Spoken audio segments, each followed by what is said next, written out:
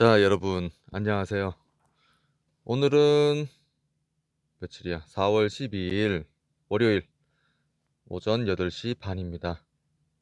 지난주에 볼린저 밴드 세팅하는 것과 볼린저 밴드를 사용한 매매법 그리고 이동평균선과의 관계를 간단하게 좀 설명을 해드렸는데 오늘은 요 수렴에 관해서 또는 쐐기 형태에 관해서 짧게 한번 영상을 제작해 보려고 합니다. 지금 현재 보이시는 라이트코인 같은 경우에는 음 여기 이렇게 고점이 내려오고 저점도 내려오는 형태. 자, 이 선은 제가 지금 포함을 시키지 않았는데요. 이 선을 포함시키게 되면 이쯤에서 저점이 올라오는 형태, 고점이 내려오는 형태. 그래서 총 두 가지의 형태가 눈에 보이게 됩니다. 어떤 식이냐면 요렇게 폴링 웨지의 형태. 폴링 웨지는 이렇게 치세가 요 범위 안에서 놀다가 상승을 할 수 있는 확률이 조금 더 높은 그런 형태입니다. 예를 들어서 이런 형태인데 이 폴링 웨지는 이렇게 시세가 모아지다가 위로 방출을 할 확률이 더 높다. 물론 하락으로 내려갈 수도 있습니다. 하지만 확률상 조금 더 이게 더 모양새가 많이 나오기 때문에 이렇게 보통 해석을 하죠. 자, 다음으로는 시메트릭 어떠한 시메트릭 수렴을 봤을 때 이런 모양이 나와요. 이 범위 안에서 놀다가 올라가느냐 아니면 내려오느냐. 우리는 이것을 변동이라고 하죠. 변동성. 이 수렴이 모이는 이 자리들이 변동 구간입니다. 이 자리에 오게 되면 올라갈지 내려갈지 아무도 몰라요. 그래서 이 변동을 보고 상방 요 위에 추세선을 뚫는 순간 매수를 하신 분이 있고, 이 하단이 뚫리는 순간 볼린저 밴드 또는 이 이동평균선을 지지를 할 것이다 해서 오히려 여기에서 추매를 하시는 분이 있어요. 또는 2차 추매는 이 선이 되겠죠. 만약에 하락을 했다면 이런 식으로 대응을 하는 거예요. 수렴이 나왔다고 해서 상승을 하리라는 어떤 보장은 없습니다. 지금은 라이트코인 제가 차트를 그어 놓은 것을 확인했는데요.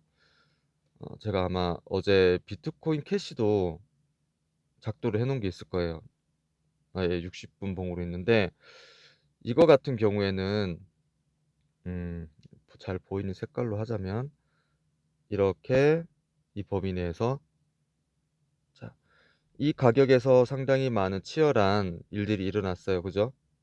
그래서 어 이 선을 기준선으로 잡았고 이 추세를 따라서 가격이 하락했다고 생각을 했습니다.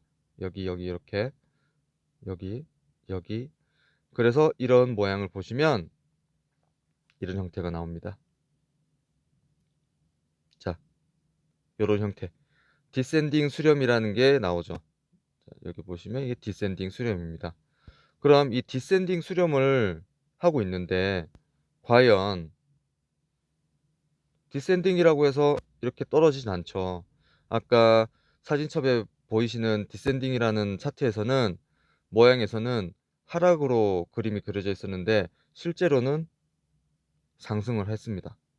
그래서 이 변동 구간에 대해서는 누구도 상승을 보장하거나 하락을 보장하지 못합니다. 자, 이거를 우리가 디센딩으로 봤는데 또 분석가의 주관에 의해서 이렇게 추세를 타고 올라가는, 또 추세를 타고 내려가는 이러한 그림이 나온다. 그러면 어떻게 돼요? 자, 여기 보이시는 시메트릭 수렴이 형태가 됩니다. 이거는 어떤 수렴 형태라는 것은 분석가가 본인의 주관을 가지고 비슷한 모양을 그려내는 거예요. 왜? 나는 이 가격에서 되게 치열했다고 생각을 한다. 그래서 난 이 기준을 그어 보겠다. 이런 식으로 스스로 판단을 하는 거죠. 제가 아마 과거로 차트를 좀 더 뒤로 돌려보면 그려 놓은 게 있을 거예요 아마 또. 다른 유형 몇 가지만 보고 또 넘어가도록 하죠. 여기 있네요. 내가 언제 그려 놓은 거지? 네. 약 일 주일 전에 제가 이렇게 차트를 본 내용인데, 자 요거 같은 경우에는 나는 이 지점에서 가격이 치열했어. 그래서 가격이 이렇게 기준을 잡고 이 저점과 이 저점과 이 저점들을 연결해 보니까 이런 모양이 나오더라. 그럼 이게 무슨 모양이죠? 자, 보이시는 바와 같이 어센딩 수렴입니다. 어센딩 수렴은 이렇게 상방으로 갈 거다라고 했는데 이렇게 될 수도 있습니다. 그 누구도 수렴의 끝, 이 변동 구간에서 상승을 보장하거나 무조건 하락하진 않아요. 이것은 두고 봐야 아는 겁니다. 자, 뒤로 가서 아까 그 그림을 찾아보면 어딨니? 여기 있죠. 네. 보시는 바와 같이 이 범위 내에서 수렴을 이루어내다가 상승을 했어요. 이거는 시장 추세를 보고 판단을 해야겠죠.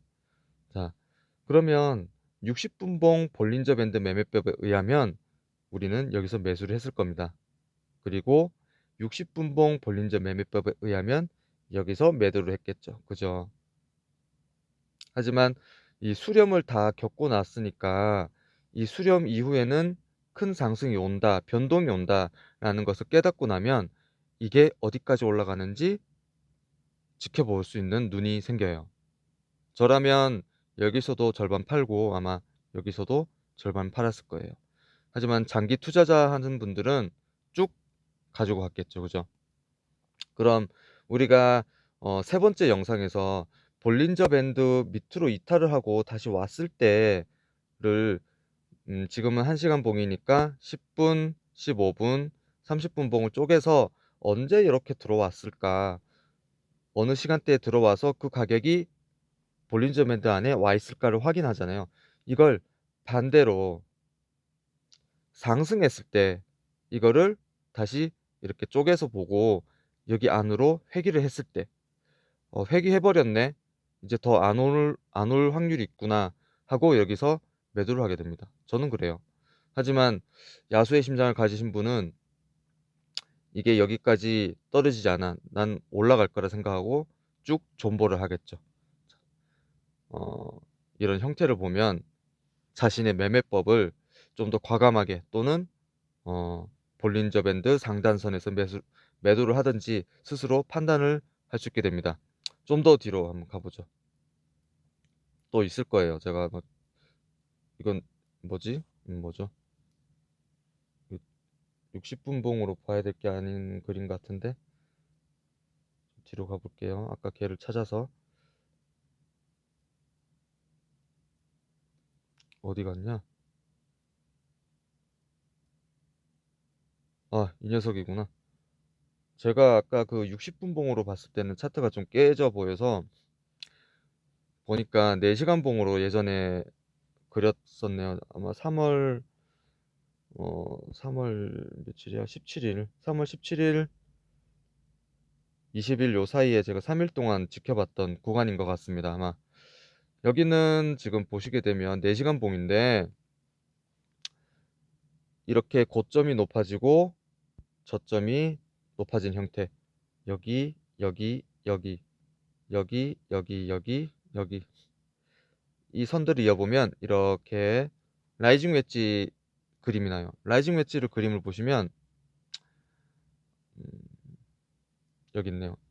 자, 이런 그림이 나옵니다. 그래서 이 범위 안에서 가격을 수렴하다가 떨어지거나 올라가는 형태가 나옵니다.